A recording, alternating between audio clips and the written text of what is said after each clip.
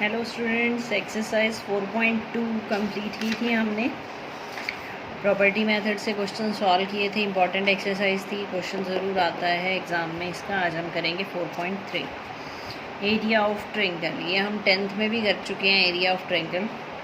तो क्या फॉर्मूला होता है एरिया ऑफ ट्रायंगल का, अब हम डिटर्मिनेंट से सॉल्व करेंगे।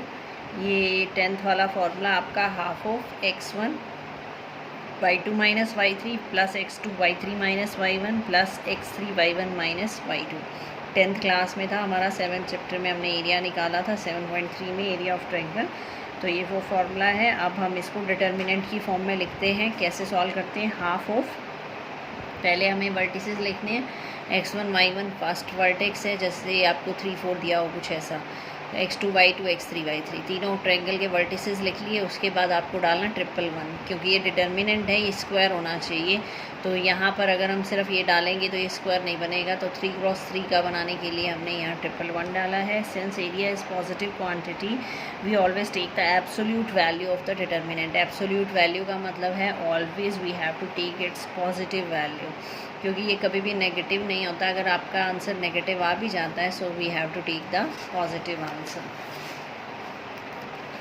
If area is given use both positive and negative values. कई बार क्वेश्चंस में एरिया गिवन होता है, आपको के की वैल्यू या कांस्टेंट की वैल्यू निकालनी होती है, और तो उस केस में आपको क्या करना है, पॉजिटिव और नेगेटिव दोनों वैल्यूज़ लेनी है। ये नहीं है कि आप इक्वल टू 35 रख दोगे, आपको प्लस माइनस 35 रखना पड़ेगा, क्योंकि एरिया एब्सोल्यूट लेते हैं, वो पॉजिटिव भी हो सकता है और नेगेटिव भी हो सकता है।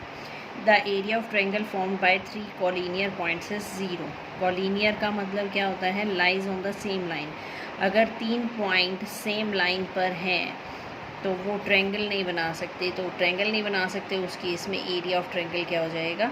0। तो पॉइंट्स कोलिनियर शो करना है तो आपको क्या शो करना है? Area of triangle is equal to 0। ये हमने 10th में भी किया था। 4.3 first question, find the area of triangle with vertices. Vertices given है, 3 पार्ट है इसमें। एरिया निकालना है आपको। कैसे निकालेंगे एरिया?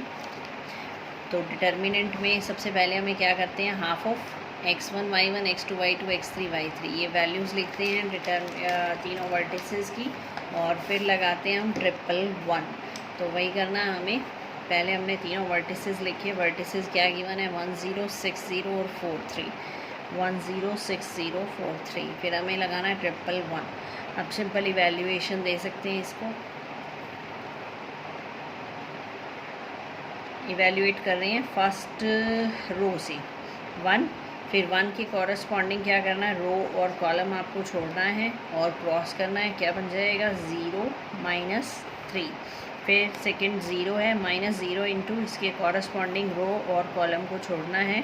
क्या बन जाएगा आपका? 6 -4।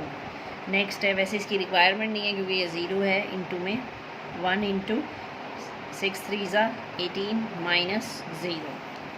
तो इसको कैलकुलेट किया, ये आ गया 18 - 3 15/2, that is 7.5 square unit. Simple evaluation करनी है, डिटर्मिनेंट को सॉल्व करते ही आपका आंसर आ जाएगा। तो स्क्वायर यूनिट्स ज़रूर लगाना है, हाफ मार्क डिडक्ट हो जाता है अगर आप ये नहीं लगाते, क्योंकि एरिया है ये। फर्स्ट का सेकंड और थर्ड पार्ट बिल्कुल सेम है, इसी तरीके से करना है आपको। तो इसको आप खुद करेंगे। नेक्स्ट आ रहा है सेकंड क्वेश्चन। सेकंड में क्या है हमारे पास? In the second question show that the points A B and C are collinear. अब आपको ये शो करना है कि ये पॉइंट्स कोलिनियर हैं। कोलिनियर के लिए क्या प्रॉपर्टी होती है? Area of triangle is equal to 0। तो हम क्या करेंगे, इन तीनों पॉइंट्स को कोलिनियर शो करना है, हम शो कर देंगे area of triangle is equal to 0। तो एरिया का क्या फॉर्मूला है हमारे पास? एरिया ऑफ ट्रायंगल अगर आपको फाइंड करना है तो पहले तीनों वर्टिसेस लिखने पड़ते हैं। सबसे पहले लिया हमने, हाफ तो लेना ही लेना है, ए बी प्लस सी। उसके बाद है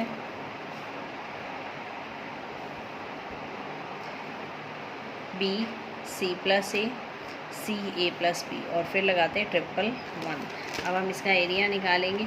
एरिया क्या निकालेंगे? हम प्रॉपर्टी यूज़ करेंगे ताकि ये थोड़ा इजी हो जाए, कैलकुलेट ना करना पड़े, डायरेक्ट आंसर आ जाए हमारे पास। तो हमने क्या किया, C1 changes C1 plus C2। जो फर्स्ट कॉलम है उसमें हमने क्या चेंज किया, फर्स्ट कॉलम और सेकंड को ऐड कर दिया। ये बन जाएगा A plus B plus C.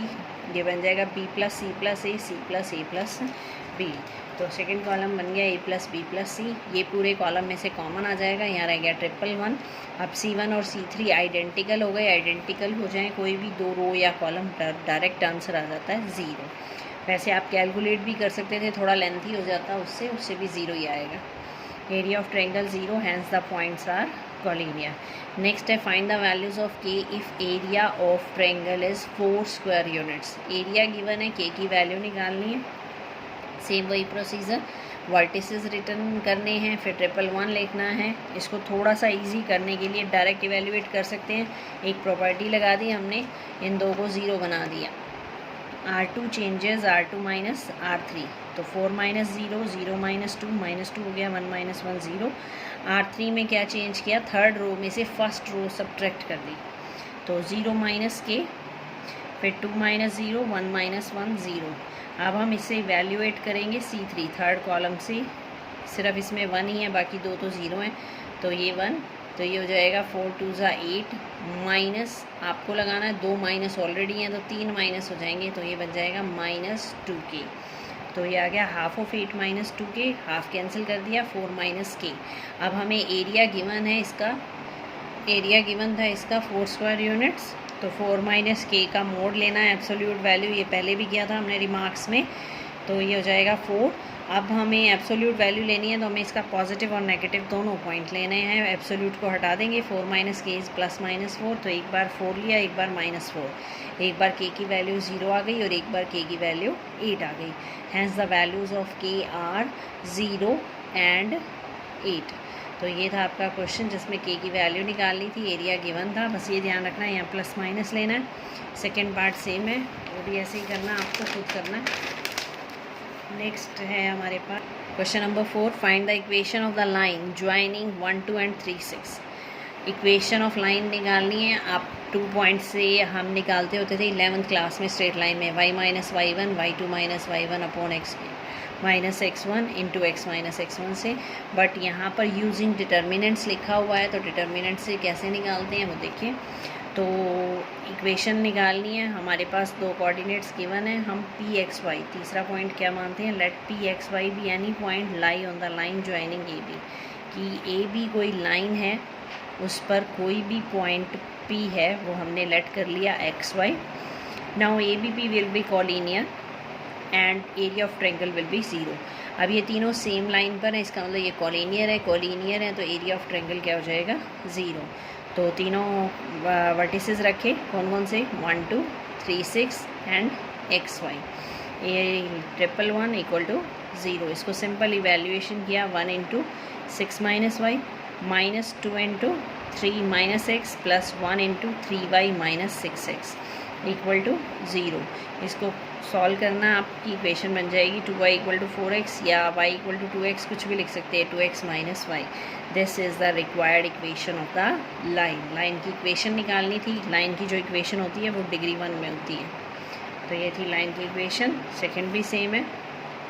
Next है question number 5, if area of triangle is 35 square units with vertices these 3 find the value of k। ये सेम है जब हमने अभी थर्ड क्वेश्चन किया था। तो आपको वर्टिसेस रखने हैं, एरिया ऑफ ट्रायंगल का फॉर्मूला लगाना, इस डिटर्मिनेंट को इवैल्यूएट करना है। अब एरिया कितना है 35, तो एब्सोल्यूट वैल्यू तो इसकी 35 है, बट हमें दोनों लेनी है, it is we have to take it plus minus 35। तो एक बार 25 माइनस 5 की 35 हो जाएगा और एक बार ये माइनस 35 हो जाएगा। एक k की वैल्यू आ जाएगी -2 और एक आ जाएगी 12, तो k इज़ इक्वल टू -2 और 12। यहाँ ऑप्शंस गिवन थी, so option D is correct. यहाँ पर ऑप्शन डी में ये दो वैल्यू दे रखी हैं, 12 और -2, जो हमारी वैल्यू आई हैं। यहाँ ऑप्शंस में भी आ जाए तो अगर एक नंबर में आए तो डायरेक्ट टिक कर सकते हैं, पर एक से ज़्यादा में आए तो इसको कैलकुलेट करके दिखाना पड़ेगा। मैथ से कैलकुलेशन तो हर चीज़ में, चाहे छोटा एक नंबर का क्वेश्चन हो तो भी करनी पड़ती है हमें। तो ये थी एक्सरसाइज 4.3, ये कंप्लीट होगी। Area of triangle easy exercise है, 10 से भी रिलेटेड है, बस डिटर्मिनेंट्स का यूज़ किया हमने। तो अच्छे से करना, डाउट हो तो पूछना। Thank you.